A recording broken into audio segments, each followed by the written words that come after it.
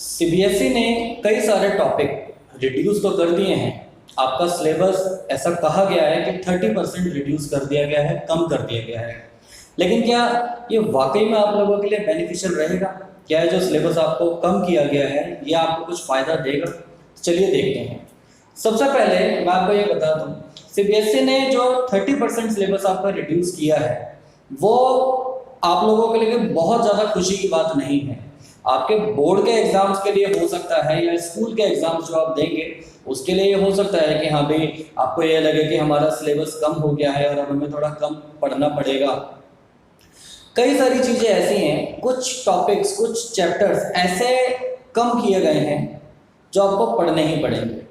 भले ही उनका syllabus reduce हो गया है लेकिन आपको उन्हें पढ़ना ही पड़ेगा, क्योंकि कई सारी चीज़ें ऐसी हैं। जैसे आप सीधे सा एक एग्जांपल समझें, आपको अगर आप पहले ए से बी तक जाते हैं फिर बी से सी तक जाते हैं, मतलब आपको अगर ये चीज समझनी है तो पहले आपको ए बी पढ़ना पड़ेगा। आप डायरेक्ट ए से अगर सी जाओगे तो बीच वाला आपको समझ में नहीं अगर आएगा तो आप सी तक पहुंच ही नहीं पाओगे।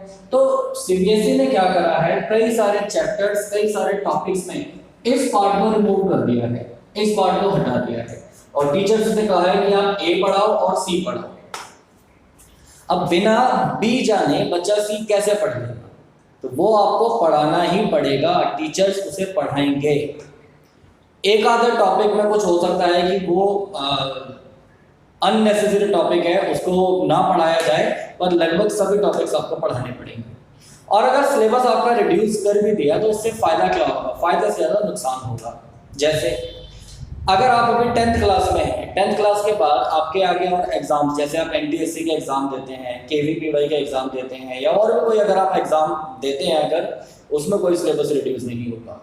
12th के बाद अगर आप नीट का एग्जाम देते हैं या आईआईटी का एग्जाम अगर आप देते हैं तो उसमें भी क्या है, अभी तक उनके सिलेबस कम होने का कोई भी इंफॉर्मेशन नहीं आई है और उम्मीद ऐसी है कि उनका सिलेबस कम नहीं होगा।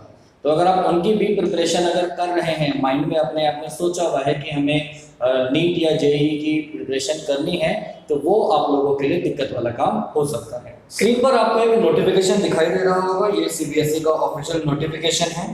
इस ऑफिशियल नोटिफिकेशन में एक बात बहुत इंपॉर्टेंट है जो सभी ने ध्यान से नहीं पढ़ी है, मैं आपको बताता हूँ। ध्यान से आप इस जो मैं अंडरलाइन कर रहा हूँ इसको बहुत ध्यान से समझेंगे।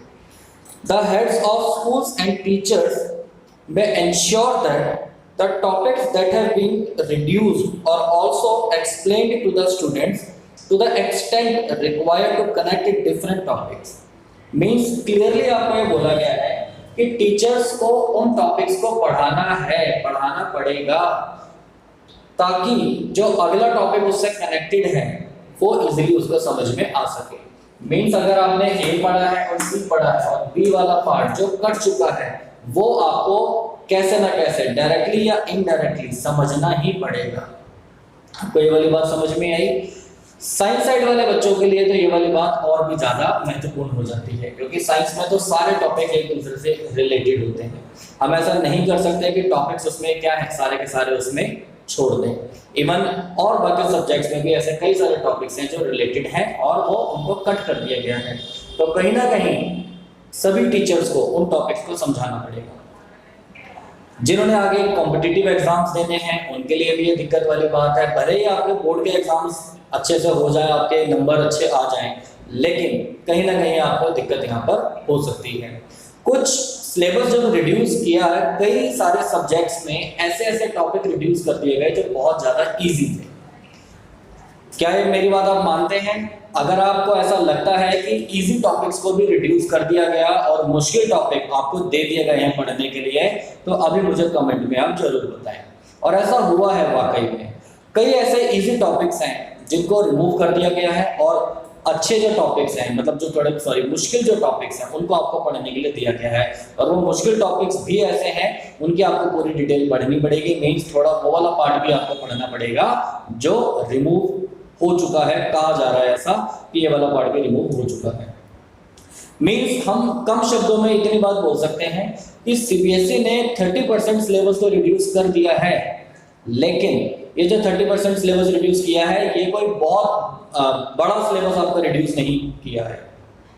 आपको नंबर्स में दिख रहा होगा कि हाँ भाई ये टॉपिक हट गया, ये टॉपिक हट गया, ये टॉपिक हट गया, लेकिन एक्चुअली में ऐसा कुछ खास नहीं है। कई लोग तो ये कह रहे हैं कि रिड्यूस बस 10% किया गया है। अच्छा, मैं आपको एक बात बताता हूँ, यहाँ पर अलग अलग लोगों की, अलग अलग बच्चों की अलग अलग मेंटेलिटी है। कई बच्चों का यहाँ पर ये कहना है कि सिलेबस बहुत ज़्यादा रिड्यूस कर दिया है, इतना ज़्यादा रिड्यूस नहीं होना चाहिए था, सारे इंपॉर्टेंट टॉपिक्स हटा दिए गए हैं और जो हमने अच्छे से पढ़े थे उन टॉपिक्स को रिमूव कर दिया गया है। यहीं पर कईयों का ये भी कहना है कि सिलेबस बस 10% ही रिमूव हुआ है, सारा जो टॉपिक है सब कुछ हमें पढ़ना ही पड़ेगा। तो दोनों के बीच में यहाँ पर एक ग्रुप बन चुके हैं जो सिलेबस जो रिड्यूस हुआ है इसके अगेंस्ट है, और कई सारे लोग ऐसे हैं जो इस सिलेबस जो रिड्यूस हुआ है इसके साथ हैं। आप बताइए, आपको क्या लगता है कि ये जो सिलेबस रिड्यूस किया गया है, या अभी जो मैंने बातें आपको सारी ये बताई हैं, आप लोगों को क्या लगता है कि ये जो सिलेबस रिड्यूस किया गया है सीबीएसई ने, ये सही किया है, और क्या क्या इसमें इंप्रूवमेंट किए जा सकते थे, क्या क्या इसको और ज़्यादा रिड्यूस, या क्या 50% रिड्यूस कर देना चाहिए था, या थोड़ा और कम रिड्यूस करना चाहिए था? आप मुझे कमेंट सेक्शन में इसका जवाब जरूर दें। उम्मीद है आपको कुछ बातें इससे पता चली होंगी और आप लोगों के लिए वीडियो हेल्पफुल रही होगी। आप जो भी टॉपिक्स रिमूव हुए हैं, जो भी चैप्टर्स आपके रिमूव हुए हैं, सिलेबस को एक बार दोबारा से जरूर देखें और खुद एनालाइज करें कि क्या ये वाकई में सही हुआ है। Thank you.